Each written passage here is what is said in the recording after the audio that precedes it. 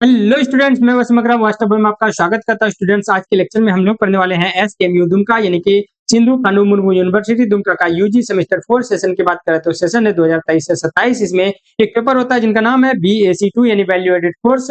Value added course 50 marks का objective रहेगा। इसमें हम लोग एक पेपर पढ़ना पड़ता है। पेपर का नाम है health wellness and yoga education. क्या है? Health wellness and yoga education. इसी में एक सब्जेक्ट पढ़ रहे हैं जिनका नाम है योगा एंड स्ट्रेस मैनेजमेंट यानी कि योगा के बारे में, और स्ट्रेस मैनेजमेंट यानी कि हम लोग जो टेंशन होता है, तनाव होता है, उसको हम लोग कैसे कंट्रोल कर सकते हैं, इन चीजों के बारे में आज के लेक्चर में पढ़ेंगे। तो दोस्तों, ये जो 21वां लेक्चर है, इसमें क्या करेंगे, शुरू में हम लोग कुछ थ्योरी पढ़ेंगे, इसके बाद जो है फिर ऑब्जेक्टिव प्रैक्टिस करेंगे टॉप 25 क्वेश्चन। चलिए शुरुआत करते हैं बिना देर किए हुए। सबसे पहले आपको यहाँ पर देखने के लिए मिलेगा हमारे योग के इतिहास के बारे में। यहाँ पर आप देखिएगा योगा का इतिहास, ठीक है, यानी कि यहाँ पर आप देखिएगा योग का ऐतिहासिक परिप्रेक्ष्य के बारे में आपको देखने के लिए मिलेंगे। तो क्या कहानी है, इन चीजों को हम लोग समझते हैं कि योग का क्या इतिहास है। तो सबसे पहले देखते हैं कि योग की उत्पत्ति कहा गया है कि प्राचीन भारत में हजारों वर्षों पहले हुई थी, यानी कि योगा जो है ये बहुत पुराने जमाने से चलती आ रही है। योग ऐसा नहीं है कि आज स्टार्ट हुआ है, ठीक है, ऐसा नहीं है कि योगा जो है ये आज स्टार्ट हुआ है, बल्कि ये हजारों वर्षों पहले हमारे प्राचीन भारत से चलती आ रही है।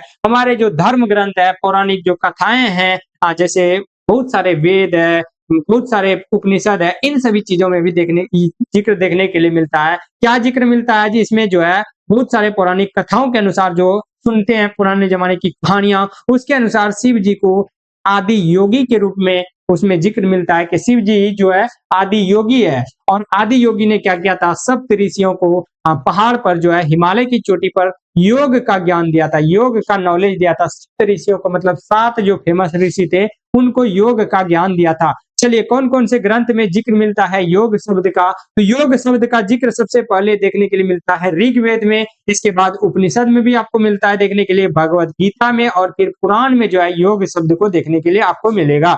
योग जो है, तो योग का हम लोगों को कहाँ से जानकारी मिलती है? ज्यादातर जानकारी हम लोगों को ज्यादातर जानकारी महर्षि पतंजलि से मिलती है।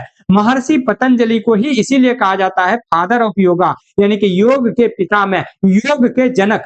महर्षि पतंजलि को योग के जनक कहा जाता है। क्यों कहा जाता है? क्योंकि देखिए इन्होंने क्या किया था, योगों का जो ज्ञान था वो बिखर चुका था। किसी को थोड़ा सा नॉलेज था, किसी को थोड़ा सा नॉलेज था, किसी को थोड़ा नॉलेज था। तो इन्होंने क्या किया, सभी नॉलेज को इकट्ठा करके एक किताब का शकल दे दिया, और उस किताब का नाम इन्होंने रखा योग सूत्र ग्रंथ। क्या रखा? योग सूत्र ग्रंथ। तो इन्होंने योग सूत्र ग्रंथ को लिखा, और इसी में जो है इन्होंने योग के सिद्धांत बताए कि योग जो है सिर्फ शरीर को एक्सरसाइज करा देना ये योगा नहीं है, बल्कि योगों के टोटल 8 लिम्स होते हैं, यानी कि 8 हिस्से होते हैं, जिसमें से पहला हिस्सा है यम। यम का मतलब होता है नैतिक अनुशासन, यानी कि मोरल डिसिप्लिन। मोरल डिसिप्लिन जो है ये योग का पहला हिस्सा है। इसमें कहा गया है कि योगा का पहला हिस्सा आपका तभी कंप्लीट होगा जब आप सत्य बोलिएगा, अहिंसा के मतलब परविकार रहिएगा। अहिंसा मतलब कि हिंसा नहीं करना, किसी के साथ मारपीट नहीं करना, चोरी नहीं करना, अपनी ऊर्जा को सही दिशा में उपयोग करना, यानी कि आपके शरीर में जो एनर्जी है उस पॉजिटिव दिशा में लगाना, देश की भलाई के लिए लगाना, चोर उचक्का मत बनना, ठीक है, अनावश्यक वस्तुओं का संग्रह न करना, फालतू उल्टू चीज भी अपने घर में, झुट्टों का बाइक का कलेक्शन रख रहे हैं 20-25 बाइक, अरे जितना सा काम है उतना यूज करो ना। तो कहने का मतलब है अगर इन चीजों का पालन करते हैं तो आपने योगा का पहला स्टेप जो है कंप्लीट कर लिया। योगा का दूसरा स्टेप है नियम। नियम के हिसाब से चलना। इससे क्या होगा, व्यक्तिगत शुद्धि होगा, यानी कि आप जो है अगर अनुशासन के साथ रहते हैं, अनुशासन के साथ चलते हैं, यानी कि नियम कानून के हिसाब से चलते हैं, कठिन मेहनत करते हैं, मन और शरीर की जो है स्वच्छता पर ध्यान देते हैं, जो प्राप्त होती है उसी से आप संतुष्ट रहते हैं, सुखी रहते हैं। अगर आपको जो चीज मिला है, मान के चलिए आपके पास साइकिल है, तो साइकिल से अगर आप खुश रहते हैं तो इससे क्या हो जाता है, तो व्यक्तिगत रूप से आप शुद्ध होते हैं। तो ये जो था कहने का मतलब है, ये है योगा का दूसरा लिम्स। तीसरा लिम्स है आसन, यानी कि अपनी शरीर को जो है शांति प्रदान करना, अपने शरीर का उस स्थिति में लाना जहां पर कि आपको मजा आता है, ठीक है, ध्यान के लिए तैयार करना, एकदम आरामदायक स्थिति में लाना, ठीक है, ये भी जो है शरीर को एकदम रिलैक्स रखना। जैसे योगा जब करते हैं ना तो एकदम पूरा रिलैक्स रहते हैं, एकदम मन शांत रहता है। उस स्थिति में आपके शरीर को लाना, यानी कि दिमाग में कुछ से कुछ नहीं चलने देना, एकदम शांत स्थिति में रहना, ये योगा का तीसरा लिम्स है। और चौथा लिम्स है प्राणायाम। प्राणायाम मतलब होता है श्वास पे कंट्रोल। श्वास जो होता है, सांस लेने में जो है आप उस पे कंट्रोल होना चाहिए। कि थोड़ा देर कभी सांस रोकिए, कभी जो है छोड़िए जोर-जोर से। इन चीज़ों को हम लोग बोलते हैं प्राणायाम। आगे पढ़ाएँगे प्राणायाम के बारे में।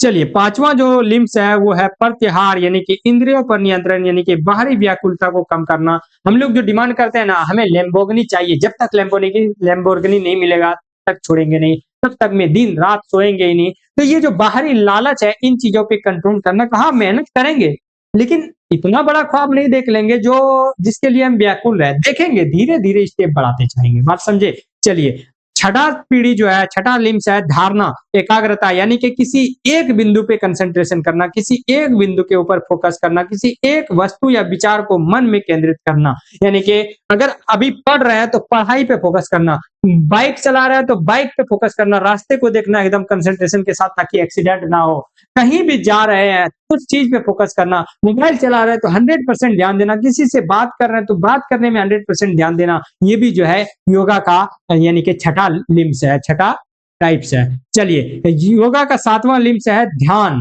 ध्यान मतलब होता है किसी के बिना किसी बाधा के कंसंट्रेशन को बनाए रखना, यानी कि आपका कोई भी कंसंट्रेशन, जैसे कि आप एग्जाम दे रहे हैं, चाहे बगल में बारात गुजर जाए, बगल में गाना बज जाए, तो आपको डिस्टरबेंस नहीं होनी चाहिए। बात समझे? क्योंकि आपका पूरा का पूरा फोकस होना चाहिए एग्जाम के ऊपर। तो ये भी जो है एकाग्रता भी जो है बहुत जरूरी है। चलिए, और 8वां है समाधि, मतलब परम आनंद। समाधि ले लेना, यानी कि योग की अंतिम अवस्था जहां व्यक्ति स्वयं को भूल करके परमात्मा के पास चले जाते हैं, उसके साथ एकत्रित हो जाते हैं, उसको बोलते हैं समाधि ले लेना। चलिए, ये था योगा। योग और तनाव प्रबंधन, स्ट्रेस मैनेजमेंट को हम लोग कैसे देखते हैं। तो आधुनिक युग में योग तनाव कम करने का सबसे शक्तिशाली साधन है। अभी अगर किसी को टेंशन वगैरह होती है तो वो क्या करता है, योगा करते हैं। इससे टेंशन कैसे कम होती है, तो देखिएगा, कार्य क्षेत्र का दबाव हो, चाहे नींद की कमी हो, या आपकी जीवन शैली जो है वो संतुलित है, मतलब कि वर्क का इतना प्रेशर रहता है कि आप सही से सो नहीं पाते हैं, आपका लाइफ स्टाइल सही नहीं है, कभी उठ रहा है 10 बजे, कभी 12 बजे, तो ये लाइफ स्टाइल अगर आपका सही नहीं है, ठीक है, तो अब देखिए इससे नुकसान भी हो सकते हैं, इससे फायदे भी हो सकते हैं। क्या-क्या है? सबसे पहले देखिएगा, अगर आप योगा करते हैं, तो योगा जैसे ही कीजिएगा तो शरीर पे इफेक्ट होगा। क्या-क्या इफेक्ट होगा? योगा करने से कॉर्टिसोल हार्मोन निकलता है। आपके शरीर से कॉर्टिसोल हार्मोन निकलता है, ये खुशी का हार्मोन है।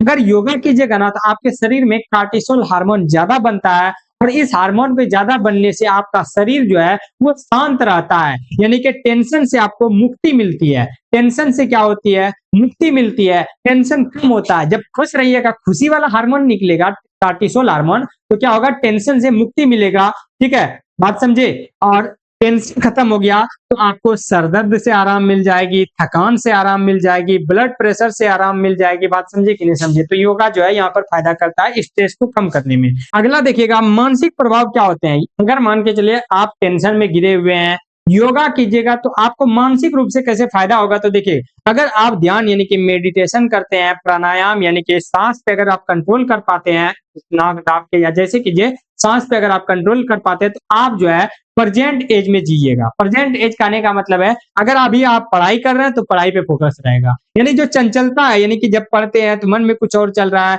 नमाज पढ़ रहे हैं मन में कुछ और चल रहा है, पूजा कर रहे हैं मन में कुछ और चल रहा है, तो उस चीजों को ये कंट्रोल करता है। बात समझे? उस चीजों को जो है मेडिटेशन कंट्रोल करता है, जिससे चंचलता क्या होती है, कम होती है, और मानसिक स्पष्टता आती है, यानी कि आपका फोकस जो है वो बरकरार रहता है अगर आप योगा करते हैं।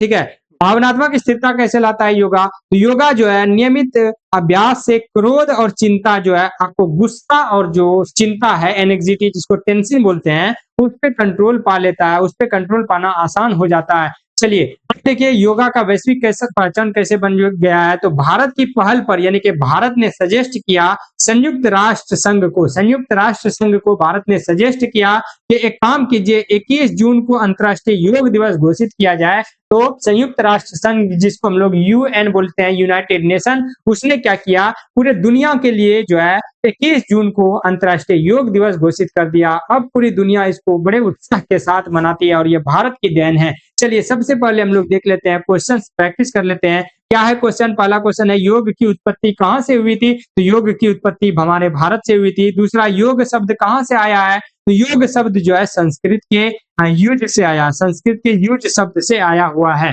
चलिए आगे देखिएगा, योग का उल्लेख किस ग्रंथ में मिलता है, तो योग का उल्लेख जो है हमारे वेद में देखने के लिए मिलता है। हमारे वेदों में, कौन से वेद में? ऋग्वेद में देखने के लिए मिलता है। कौन से वेद में? 4 वेद होते हैं, ऋग्वेद, यजुर्वेद, सामवेद, अथर्ववेद। ठीक है, तो हिंदू धर्म के जो 4 वेद है उनमें से ऋग्वेद में आपको देखने के लिए मिलता है। चलिए, योग के जनक यानी फादर ऑफ योगा किसको कहते हैं? तो महर्षि पतंजलि को फादर ऑफ योगा कहा जाता है। योग के जनक जो है पतंजलि को कहा जाता है। इन्होंने जो है योग सूत्र नामक जो है किताब लिखे थे। चलिए आगे देखिएगा, योग सूत्र किसने लिखे थे? तो योग सूत्र पतंजलि ने लिखे थे। आगे क्वेश्चन, प्राचीन काल में योग का उपयोग क्यों किया जाता था? तो प्राचीन काल में योग की मदद से स्पिरिचुअल विकास किया जाता था। स्पिरिचुअल यानी कि आध्यात्मिक रूप से जो है लोग जो है इसमें पॉजिटिव रिस्पांस देखने के लिए मिलता था। आध्यात्मिक विकास करते थे योग के जरिए। अब देखिएगा, आधुनिक योग का केंद्र है, यानी आधुनिक हम लोग अभी एक्सरसाइज क्यों करते हैं? तो हम लोग जो है अपने हेल्थ और फिटनेस को मेंटेन रखने के लिए एक्सरसाइज करते हैं। जिम क्यों जाते हैं? अपने हेल्थ को, अपने फिटनेस को बरकरार रखने के लिए ही आप तो अभी जिम जाते हैं ना। चलिए आगे देखिएगा, योग विश्व भर में प्रसिद्ध क्यों हुआ? योग जो है विश्व भर में कब से प्रसिद्ध हुआ? इंटरनेशनल योगा डे के कारण जो है, जब यूएन ने घोषणा कर दिया पूरे दुनिया में कि योगा डे जो है 21 जून को मनाया जाएगा, तो इस कारण से जो है ये फेमस हो गया। आगे देखिएगा, अंतर्राष्ट्रीय योग दिवस कब मनाया जाता है? तो याद रखिएगा 21 जून को अंतर्राष्ट्रीय योग दिवस मनाया जाता है। 10वां क्वेश्चन, योग किस चीज को कम करता है? तो योग जो है स्ट्रेस यानी कि टेंशन यानी तनाव को कम करता है। योगा कीजिएगा तो टेंशन नहीं होगा, तनाव नहीं होगा। आगे क्वेश्चन देखिएगा, नेक्स्ट क्वेश्चन, कि स्ट्रेस का अर्थ है यानी कि तनाव का क्या मतलब है? तनाव का मतलब होता है मानसिक रूप से दबाव होना, यानी कि मानसिक रूप से आपके प्रेशर रहता है, मेंटल प्रेशर रहता है अगर आपके ऊपर, तो इसी को हम लोग कहते हैं तनाव की स्थिति, टेंशन की स्थिति। तो आगे देखिएगा, योग तनाव को नियंत्रित करता है। कैसे? योग तनाव से जो है आपको रिलैक्स करता है, रिलैक्सेशन देता है, आराम देता है। अगर आप योगा कीजिएगा तो टेंशन को जो है वो आराम मिल जाएगा, आपके शरीर को आराम मिलेगा, रिलैक्सेशन मिलेगा। प्राणायाम किस चीज को मदद करता है? प्राणायाम जब भी आए तो नाक बंद कर लीजिएगा, समझ में आ जाएगा कि सांस पे कंट्रोल, यानी कि प्राणायाम का मतलब होता है सांस पे कंट्रोल, ब्रीदिंग कंट्रोल को करते हैं हम लोग प्राणायाम। ठीक है, इसमें एक नाक ऐसे दाब के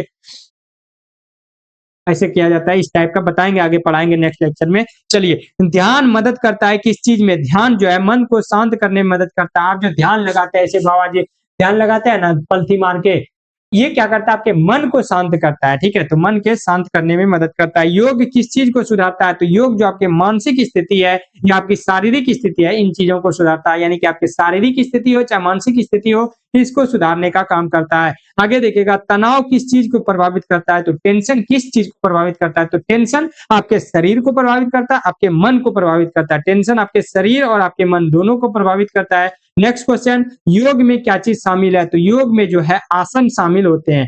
आसन बोलते हैं ध्यान लगाना, ऐसे होते हैं ना।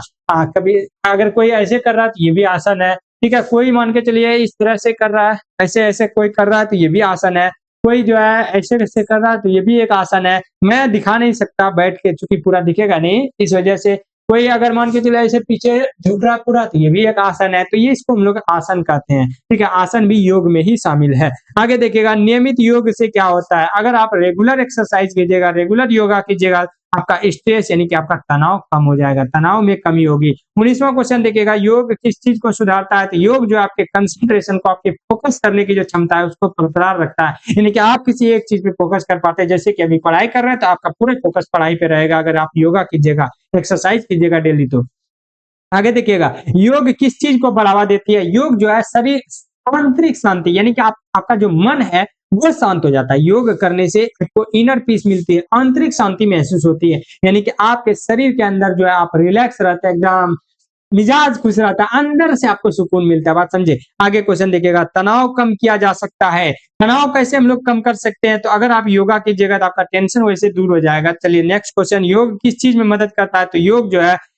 इमोशनल बैलेंस को, भावनात्मक संतुलन को, जो हमारी जो भावना होती है, जैसे हम रोते हैं, जैसे हम खुश होते हैं, ये जो हमारी भावना है, इस चीज पे भी हम लोग कंट्रोल कर सकते हैं। देखे होंगे कि लड़कियां जो है खास करके उसकी भावना पे कंट्रोल नहीं होती है, वो थोड़ा सा परेशानी हो जाएगा, तकलीफ मतलब रोने लगेगी। वहीं मर्द जो है वो क्या होते हैं, लड़का जो है वो क्या होते हैं, उसका कंट्रोल कहीं हद तक ज्यादा होता है, क्योंकि उसके शरीर जो है मजबूत होते हैं। अगर कोई गर्ल्स भी योगा वगैरह करेगी तो उसकी जो भावना है उस पे भी उसका कंट्रोल हो जाएगा। नेक्स्ट क्वेश्चन देखिएगा, प्राचीन ग्रंथों में योग ग्रंथों में कौन सा शामिल है? प्राचीन योग ग्रंथ कौन सा है? तो योग सूत्र जो है ये प्राचीन योगा का ग्रंथ है, किताब है जिसको पतंजलि ने लिखा था। योग किस चीज को कम करता है? तो योग जो है चिंता को कम करता है। अगर आप योगा करते हैं तो आपकी चिंता जो है टेंशन खत्म हो जाती है। अगला लास्ट क्वेश्चन देखिएगा, योग का समग्र लाभ क्या है? योग का पूरा पूरा बेनिफिट ये है कि आपका स्वास्थ्य और शांति जीवन से बीतता है। आपका जीवन जो है वो शांत रहता है, ठीक है, जीवन जो है शांत रहता है, लाइफ स्टाइल जो है वो अच्छा रहता है। चलिए ये था आज का मतलब कि टोटल लेक्चर। बताइएगा कि ये लेक्चर आपको कैसा लगा। वीडियो पसंद है वीडियो को लाइक कीजिएगा, साथ ही चैनल पर फर्स्ट टाइम है चैनल को सब्सक्राइब जरूर कीजिएगा।